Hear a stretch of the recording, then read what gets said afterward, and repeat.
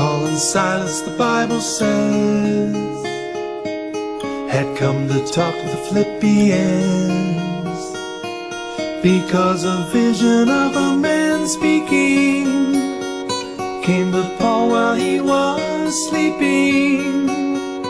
And the vision of the Macedonian man said to him, come help us, Paul and Silas. In Acts 16 they walked around, tried to get to know the town, went to pray down by the river, met a lady there named Lydia. They baptized her there, and she asked if it'd be alright, come spend the night and stay a while at my house. They met a slave girl later on, who made her masters quite a lot. Fortune telling was her occupation, had a spirit of divination.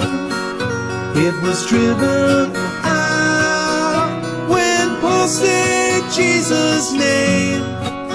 And so they came and arrested Paul and Silas, threw them right into the jail. Paul and Silas' faith prevailed. Prisoners at midnight heard them praising God that they were Christ's servants. Then an earthquake came and shook the jail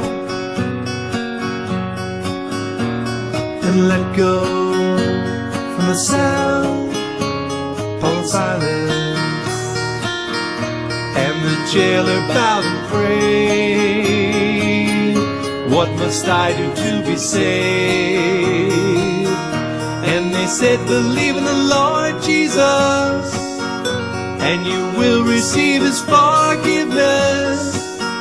Paul and Silas taught the words of the gospel to him and his entire house. And everyone now is in heaven with Paul